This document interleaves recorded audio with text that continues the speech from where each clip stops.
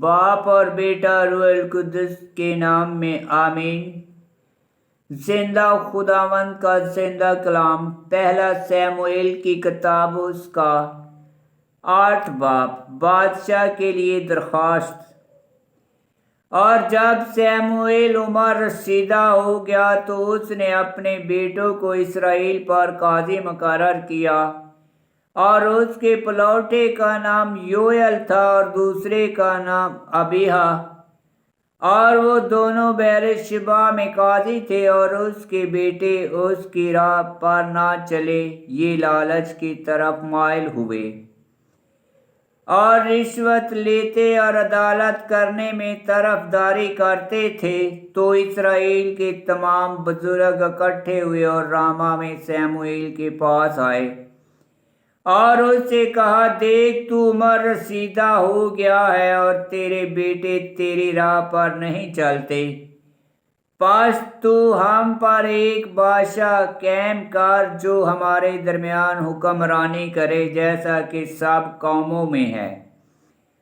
تو یہ بات سیموئیل کی نظر میں بری معلوم ہوئی جو انہوں نے کہی کہ ہم پر ایک بادشاہ قائم کر جو ہمارے درمیان حکمرانی کرے۔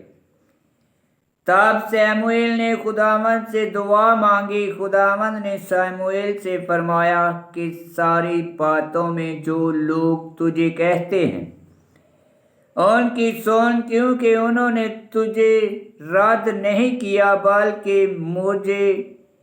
کہ میں ان پر حکمرانی نہ کروں۔ جس دن سے کہ میں نے انہیں مصر سے نکالا آج کے دن تک انہوں نے اپنے سب کاموں کے مطابق ہی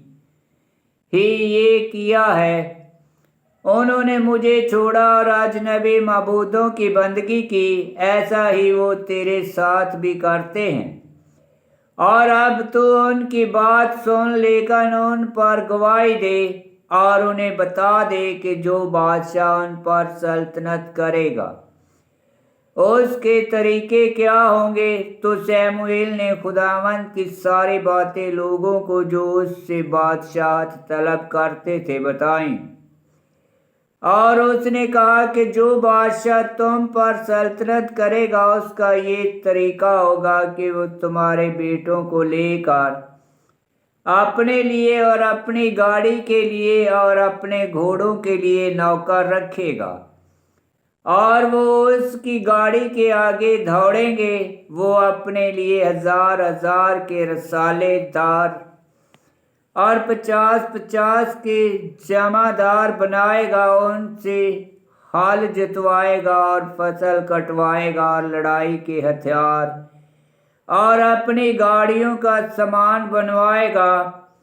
اور تمہاری بیٹیوں کو لے گا کہ وہ اس کے لیے عطر بنانے والیاں اور باورچنے اور روٹی پکانے والیاں ہوں، اور تمہارے کھیت اور تمہارے تاکستان اور تمہارے سب سے اچھے زیتون کے باغوں کو لے گا اور اپنے خدمت گاروں کو دے گا، اور تمہاری کھیتی اور تمہارے انگوروں کا 10واں حصہ لے کر اپنے درباریوں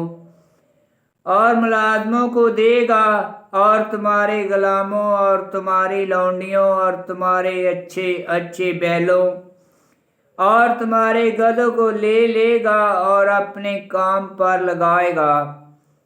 اور تمہاری بھیڑ بکریوں کا بھی 10واں حصہ لے گا، اور تم اس کے غلام ہوگے۔ تو اس روز تم اپنے بادشاہ کے باعث جسے تم نے اپنے لیے چنا فریاد کرو گے، لیکن اس دن خداوند تمہاری مدد